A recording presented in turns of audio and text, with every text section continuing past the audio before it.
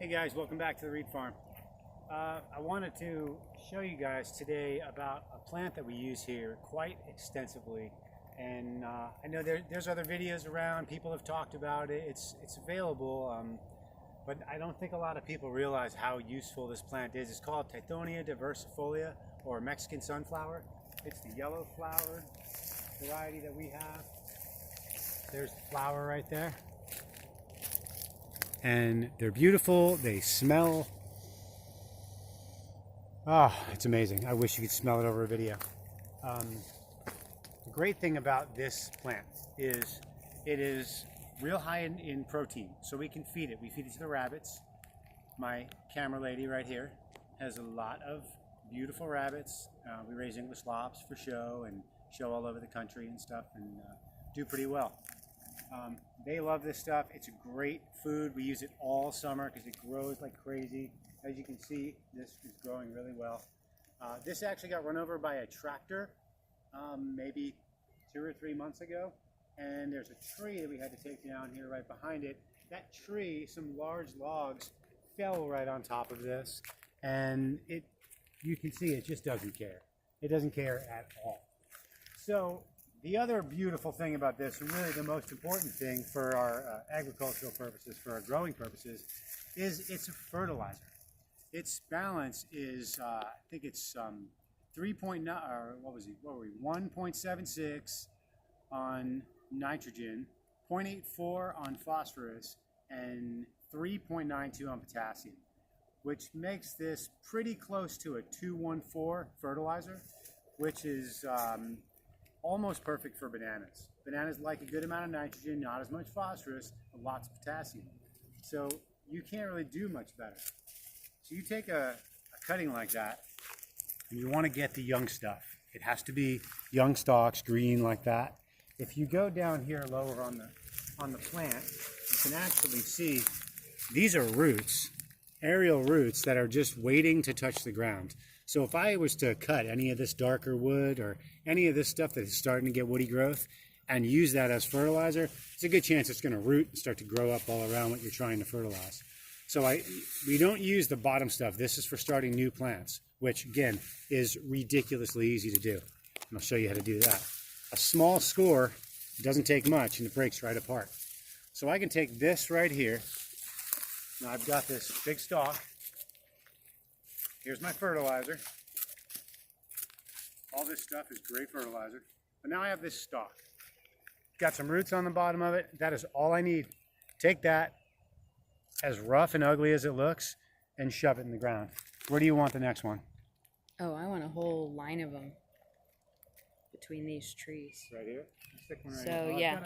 I've got a pigeon pea right there. It's just so that'll be starting great. off. What about in line with... You put one right here? Yeah. So, I mean, this is literally all it takes. It doesn't really matter what soil you put it in as long as it doesn't just dry completely. So I'm just going to dig a little hole. Sand. I mean, this is sand. There's no nutrients. This has the ability to improve the soil so well. So I'm just going to dig a small little trench. I'll take this little rooted piece, stick it in, and that's it.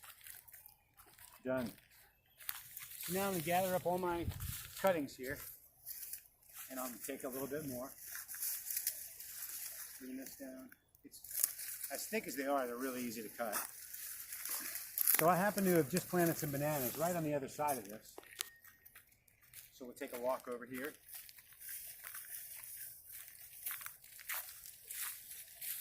Some little bitty babies. It's a little dwarf green right here. And here's a goldfinger that are getting just hammered by this heat the last few days. So I just take all this stuff and I just chop it all up. And as this rots into the ground, it's free fertilizer. I didn't have to go to the store, I don't have to buy it. It's not any kind of chemical, there's nothing synthetic. And how do you do better than growing your own fertilizer? Tithonia diversifolia, Mexican sunflower. Highly recommend growing it. And what we just took off will replace itself in what, 3-4 days? Easily. It grows. It's incredible how fast this stuff grows.